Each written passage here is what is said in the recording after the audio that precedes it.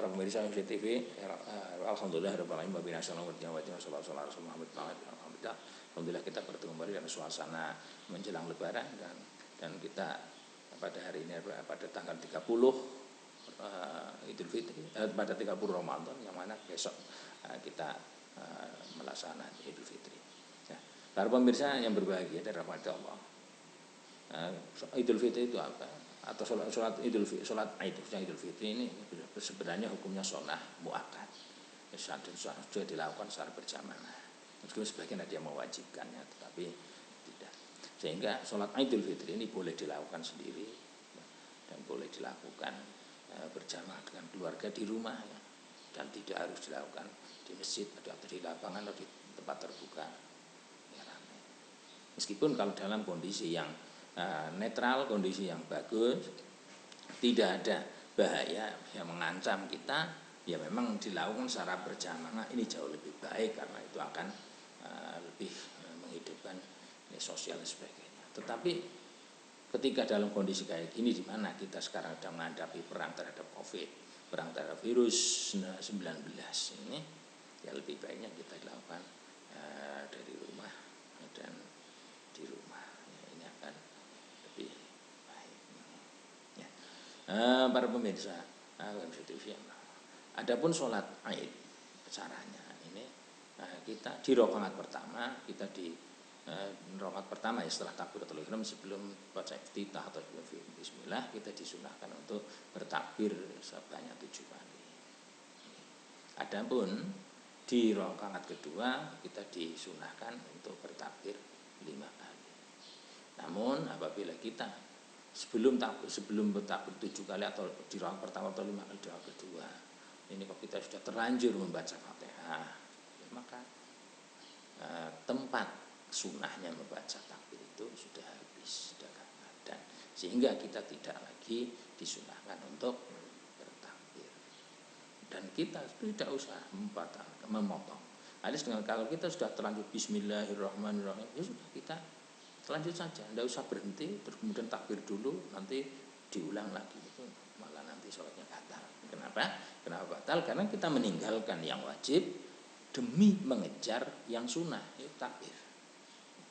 Para pemirsa yang dirahmati Allah dan berbahagia, dan juga teman-teman terkasih, ya.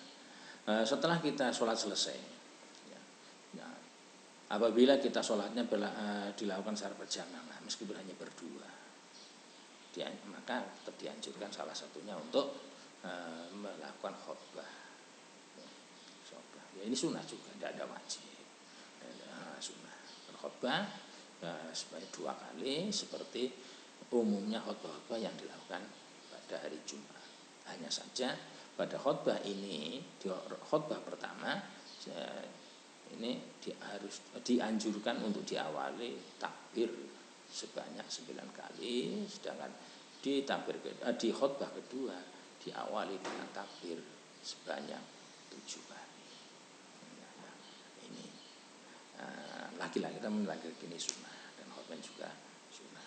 Adapun materi khutbah, ya, ini yang dianjurkan adalah nanti tekankan pertama adalah si khotib menjelaskan tentang hal-hal yang berkaitan dengan zakat fitrah dan zakat fitrah itu. Mulai dari fitrah kayak apa, zakat fitrah kayak pelaksanaan kayak apa, dan juga tidak boleh ditambah dengan menjelaskan hal-hal yang sangat mendesak dan sangat penting di waktu itu. Karena ketika zaman Nabi sendiri di hari raya, ketika ada niatan ingin mengirim pasukan ke suatu daerah, maka itu Nabi khutbahnya juga tentang kepasukan dan kepengiriman pasukan. Nah, oleh sebab itu imam khotib hari raya ini pada saat ini, maka alangkah baiknya juga menjelaskan tentang COVID, karena itu juga yang sedang kita hadapi di masa sekarang ini, ya, dihadapi bersama dan menjadi musuh bersama yang harus kita perangi bersama. Ada para jamaah, para pemirsa, setelah kita selesai melakukan melakukan sholat Id, kita sudah selesai dari khutbah, maka kita disunahkan untuk berjabatan tangan. Ini jika dalam kondisi wajar. Tetapi dalam kondisi kita sekarang ini yang ada ancaman-ancaman yang tak terduga, ada ancaman yang bisa kita tidak ketahui dengan berkaitan dengan virus COVID ini, maka lebih baiknya kita jangan dulu. Adapun jabatan tangan dalam kondisi ini disunahkan antara laki-laki dengan laki-laki atau perempuan dengan perempuan. Ini dan tidak diperbolehkan jabatan tangan antara laki-laki dengan perempuan yang bukan muhrim tanpa adanya aneh-aneh. Itu juga dengan yang disebut mairil, ya, amrotnya tidak boleh. Ya. Disebutkan dalam Tanwirul Qulub ya di sana, wa tusanu masafihu rajulaini wal mar'ataini wa tahrimu safati rajul wal mar'ah. Dan disunahkan ya, berjabatan tangan antara dua orang laki-laki atau dua orang laki-laki ini disunahkan saling berjabatan tangan. Begitu juga dua orang perempuan juga disunahkan untuk berjabatan tangan. Tapi wa tahrimu musafati rajul wal mar'ati ajnabiyah, tetapi diharamkan atau tidak diperbolehkan ya laki-laki berjabatan tangan dengan wanita yang lain yang tanpa adanya hail. Itu juga al-amrad al-jamiyah. Nah, ini yang perlu kita ingat. Lanjutannya adalah wa tukrahu musafahatu man bihi ngahatun ka'abros, dan dimakruhkan berjabatan tangan dengan orang yang padanya ada abros, penyakit lepra, wal ajdam, atau harus belang ya, belang, penyakit kulit belang itu, kemudian ajdam, lepra dan wahnawiyah. Ini tidak diperbolehkan. Nah, padahal kalau kita melihat abros dan ajdam ini tidak seganas penyakit yang sedang dihadapi oleh masyarakat dunia, khususnya Indonesia. Oleh sebab itu kita renungkan, kita bayangkan bagaimana berkaitan dengan jabatan tangan kepada orang yang benar-benar positif COVID. Lalu coba bagaimana dengan orang yang belum kita ketahui dan dia juga tidak mengetahui bahwa dirinya membawa virus atau dia menyertai ya, bahwa dia membawa virus atau dia diikuti atau terkena virus dan sebagainya. Ini yang mana virus itu selalu mengintai keselamatan kita dan keselamatan mereka. Ya kalau kayak gitu, tapi dengan catatan kita tidak jabatan tangan dengan mereka bukan karena membenci mereka, tapi kita hanya untuk menghati-hati, ikhtiar demi keselamatan kita dan juga keselamatan dia, keselamatan keluarga dan masyarakat yang ada. Nah, jika ini kita lakukan, saya rasa ini termasuk perjuangan dan ini termasuk jihad yang menyelamatkan masyarakat, menyelamatkan diri, menyelamatkan teman, bahkan juga berjihad menyelamatkan negara, berjuang demi negara. Ya Allah. Nah, oleh sebab itu menurut saya kalau kayak gitu alangkah baiknya kita selalu mengutamakan kehati-hatian, selalu mendahulukan keselamatan, mendahulukan upaya-upaya untuk pemutusan mata rantai penyebaran virus, memutuskan mata rantai penyebaran COVID-19 yang sangat berbahaya ini. Dan mudah-mudahan kita selamat dari virus ini dan virus ini mudah-mudahan segera diangkat oleh Allah dari muka bumi kita sehingga kita nanti bisa melakukan ibadah dan bersosial serta bermuamalah secara normal sehingga tidak negara kita, kehidupan kita, ekonomi masyarakat kita ini tidak terancam dan tidak mengalami ketimpangan. Coba kita bayangkan antara kita mendahulukan kehati-hatian, mendahulukan keselamatan, mendahulukan pemutusan mata rantai penyakit. Coba kita bandingkan dengan apa yang disebut dalam kaidah usul fikih, yang mana kalimat itu diantara daf'ul mafasid muqaddamun ala jalbil masalih, menolak ya, atau memutus ya, atau memotong penyebaran atau mata rantai meluasnya mafasid muqaddamun ala jalbil masalih, diutamakan atau didahulukan daripada kita harus menarik dan mendatangkan suatu kemaslahatan. harus mengutamakan untuk darul mafasid, mata rantai ini daripada mendatangkan kemaslahatan. Ya. Ini tentunya coba kita bayangkan, kira-kira kalau berkaitan dengan pemutusan atau penolakan terhadap mafasid, ini bisa dilakukan oleh setiap orang dengan cara apa? Kita tidak melakukan itu, ini sudah upaya darul mafasid. Tetapi jalbil masolih ini tidak bisa dilakukan oleh semua orang. Dengan kata lain, tidak bisa ada orang yang sudah ada orang yang terkena virus COVID, terus kemudian kita ini mengobati, tidak bisa, tidak semua kita bisa. Tapi kita tidak melakukan hal-hal yang bisa menyebabkan meluasnya COVID-19. Ini masing-masing kita ini bisa melakukan dengan melakukan anjuran-anjuran pemerintah, anjuran-anjuran lainnya yang ada. Ya. Oleh sebab itu penyebaran virus ini nanti tidak begitu cepat malah, dan mudah-mudahan bisa kita tanggulangi dan kita putus sampai akar-akarnya. Ya. Oleh sebab itu sebenarnya yang perlu kita perlu ingat para pemirsa, bahwa Aid ini bukan yang penting kita datang ke masjid rame-rame, jamaah rame-rame, pakai bajunya rame, pakai harum yang rame, itu tidak. Ya kalau itu memang kita bisa jamaah bareng di masjid, ini jauh lebih baik. Tapi lihat kondisinya, kalau memang kondisinya belum memungkinkan, jauh lebih baik kita tidak ke sana daripada menimbulkan mafasid. Karena apa? Ya, sebenarnya sholat Id ini ya, baik sholat Id Jum'ah, Id Fitri, Id Adha, yang sebagaimana kalau kita lihat di Buhya, bahwa Buhya di sana menjelaskan waqad ja'alallahu lil mu'minina salasata ayamin 'adin, Allah telah menjadikan untuk orang-orang mukmin 3 hari Aid, 3 hari raya Aid. Raya Aid.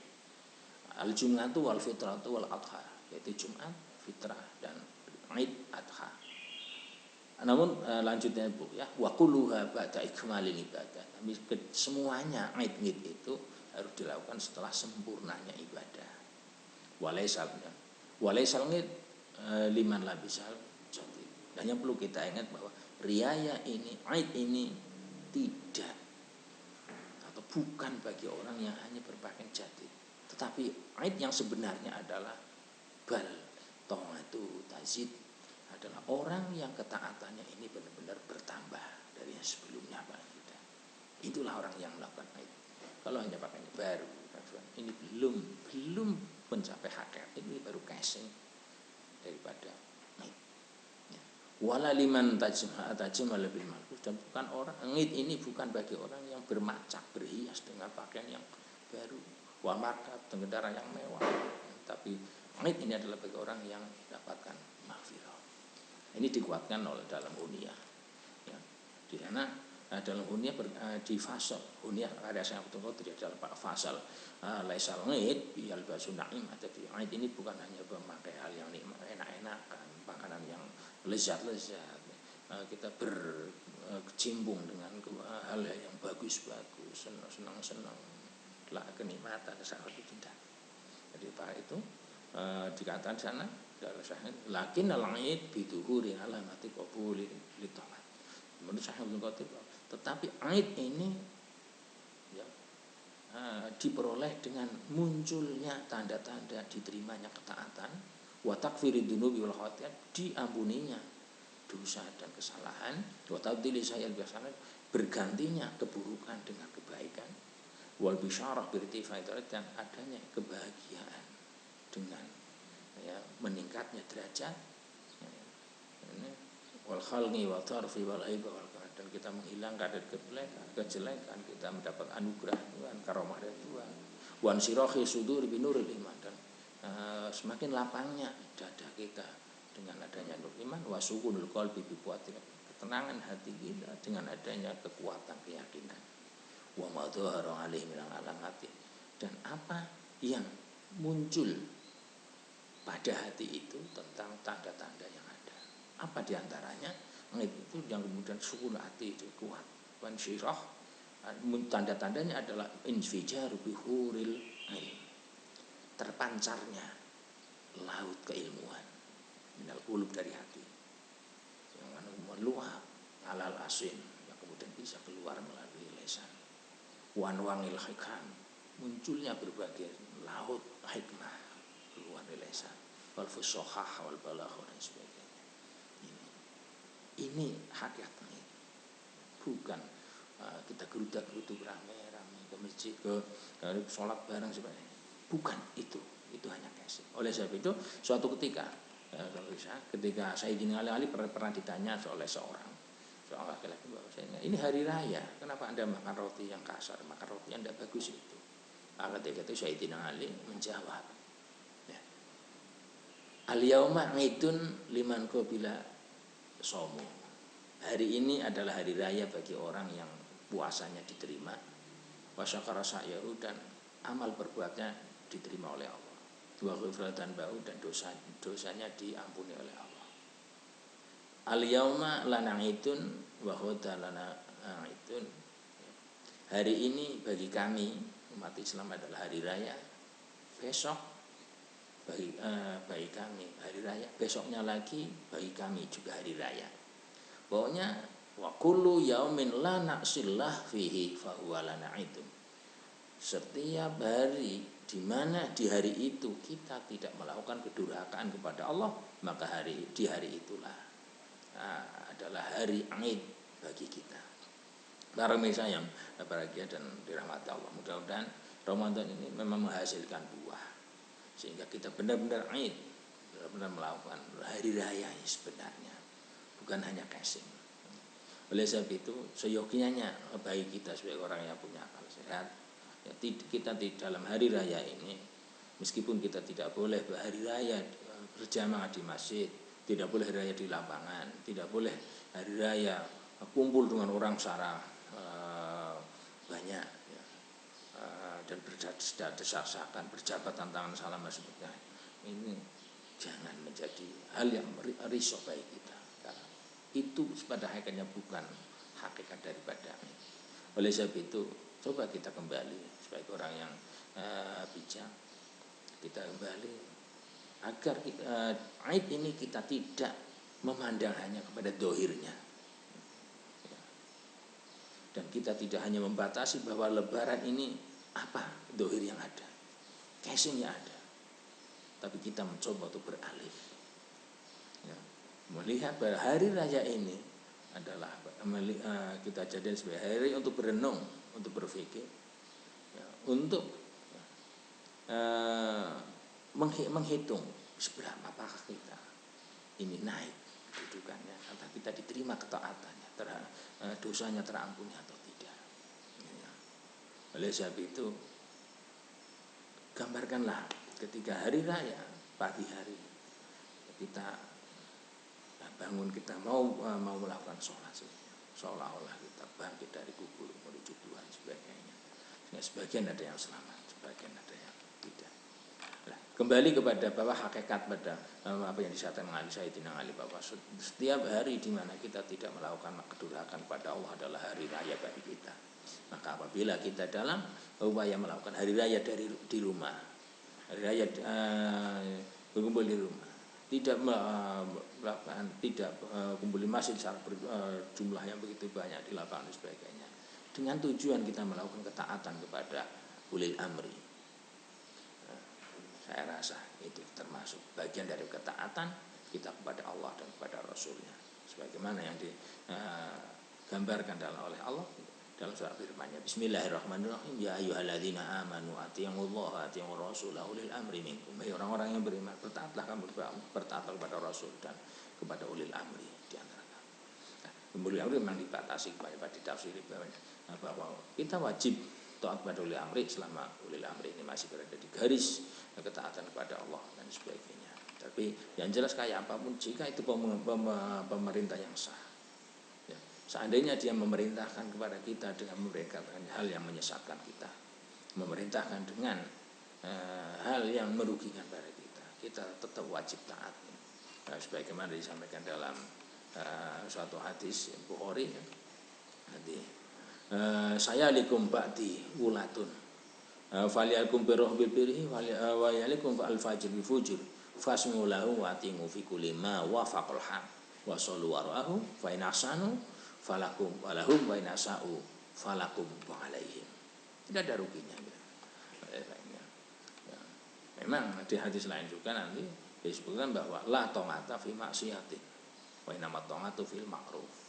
Tapi saya rasa berkaitan dengan adanya darul mafasid, memotong dan memutuskan mata rantai penyebaran virus COVID atau corona ini saya merupakan hal yang ma'ruf karena bermaslahat bagi semuanya, dan karena ternyata COVID juga ini sudah menjadi mafasid baik secara fisik pribadi orang yang terkena maupun masyarakat dan sebagainya. Para pemirsa yang berbahagia yang dirahmati Allah, kira-kira itu yang saya sampaikan berkaitan hari raya ini dan COVID ini. Mudah-mudahan ada manfaatnya, kurang lebihnya mohon maaf, dan apabila ada kesalahan itu memang ada kekurangan, dan mudah-mudahan Tuhan memberikan petunjuk kepada kita semua, kita dan kita selamat dunia akhirat. Demikian, assalamualaikum warahmatullahi wabarakatuh. Mohon maaf lahir batin, dan selamat hari raya, semoga dan semoga kita mendapat keselamatan dunia akhirat untuk selama-lamanya. Assalamualaikum warahmatullahi wabarakatuh.